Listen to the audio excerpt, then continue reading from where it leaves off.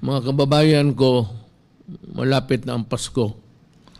Kaya ako naman nandito sa Davao because alam ninyo na taga Davao ako at dito yung pamilya ko. Tradisyon naman sa Pilipino yan o sa lahat na you have to be with your family. Birthdays, mga events sa buhay ng tao na may significance sa family. Ngayon, ang atin na lang is itong dalawa. Unahin ko lang yung police, nakita ko yung TV. Baka na hindi ninyo talaga nakuha, ha?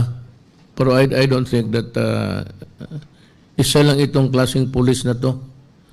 May sakit ito sa utak, tupak.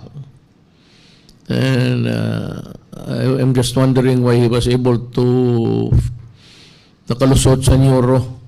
You could detect a person by the way he answers in mga test sa neuro.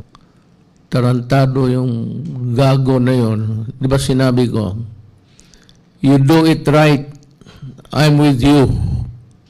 You do it wrong, and there will be a hell to pay. Yun ang sinabi ko sa aking suna. Ang akin dito, ulitin ko, do your duty, enforce the law. Your actions must be in accordance with the law. You do not follow the law, mag-salvage ka, magpatay ka dyan, then I'm sorry. That is not part of the agreement of how we should do our work. Sinabi ko, I think a dispute of land or boundaries, something, a right of way. Tapos ano, parang itong, kayong mga pulis, ha, mahal ko kayo kasi nagtatrabaho kayo. Nakita naman ninyo kung gaano ko kayo kamahal. I went to the extent of going to Hulo to just pay homage to the bravery of our policemen and soldiers. Pero kayo may mga sakit, may mga tupak. And I am sure that by now, he should not be allowed to go out because double murder yun eh. Double murder is a serious offense, a grave offense. So, from the time you are arrested up to the time that you are hailed to court to answer for the death of those two persons, innocent ones, walang bail ka. So, pag nahuli ka, diretso-diretso na yan.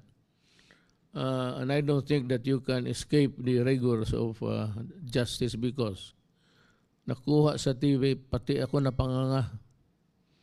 Kawala-walang kwenta. That's unfair and brutal masyado. Kung ako ang nandyan, ewan ko lang. I don't, pero I do not like oppression. At yung nagpapahirapan yung tao.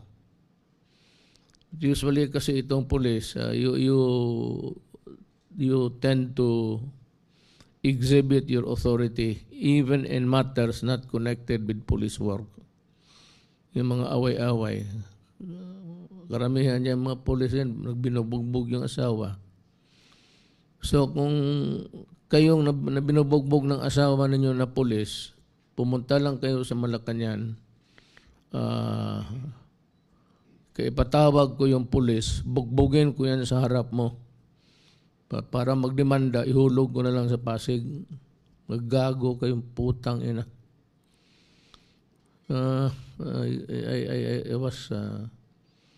Ang pagmamahal ko sa trabaho lang natin, you do something which is not out of the ordinary, like just pulling a gun and shooting people. You must be. Ay, ikulong ninyo yun. Huwag ninyo bitawan yung yawa na yan. I'd like to call the PNP. Be sure that he is detained. He should not be allowed to go out. Kasi serious offense yan. There's no bail. So, hindi makabail yan. So, diretso-diretso na yan. Mr. President. Yes, sir. Yes, sir. Magbigay lang po ako ng update dito po kay Police Senior Master Sergeant Jonel Nuesca. Ito po yung namaril sa Panikitarlac.